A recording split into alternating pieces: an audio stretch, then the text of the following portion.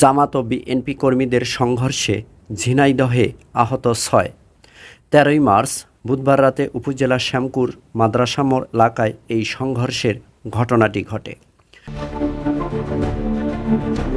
Police ও প্রত্যক্ষদর্শীদের তথ্য অনুযায়ী বুধবার উপজেলার ভৈরবা বাজারে বিএনপির প্রতিবাদ সমাবেশ শেষে বিএনপির নেতাকর্মীরা যখন বাড়ি ফিরছিলেন, এমন সময় শ্যামপুর বাজার মাদ্রাসা মোড় এলাকায় বিএনপির নেতাকর্মীরা আসলে হঠাৎ তাদের সঙ্গে জামাত কর্মীদের মধ্যে বাকবিতণ্ডা শুরু হয়। এমনকি এক পর্যায়ে তারা একে অপরের সঙ্গে অতর্কিতভাবে সংঘর্ষে জড়িয়ে পড়ে।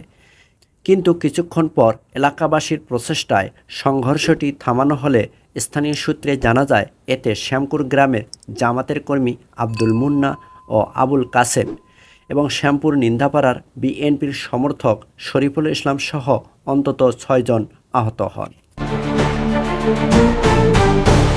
তবে স্থানীয় সূত্রে জানা যায় আহতদের মধ্যে ৩ জনকেই তাৎক্ষণিকভাবে মহেশপুর উপজেলা স্বাস্থ্য কমপ্লেক্সে ভর্তি করা হয়েছে। কিন্তু এই ধরনের অনাকাঙ্ক্ষিত ঘটনাটিকে কেন্দ্র করে মহেশপুর থানার ওসি ফয়জউদ্দিন জানান, গতকালের বিএনপি ও জামাতের মারামারির ঘটনায় এখন পর্যন্ত কেউ কোনো অভিযোগ নিয়ে থানায় আসেনি। তারা উভয় পক্ষ মিলে বিষয়টিকে সমাধানের চেষ্টা চালিয়ে যাচ্ছেন বলে জানান পুলিশ এই কর্মকর্তা।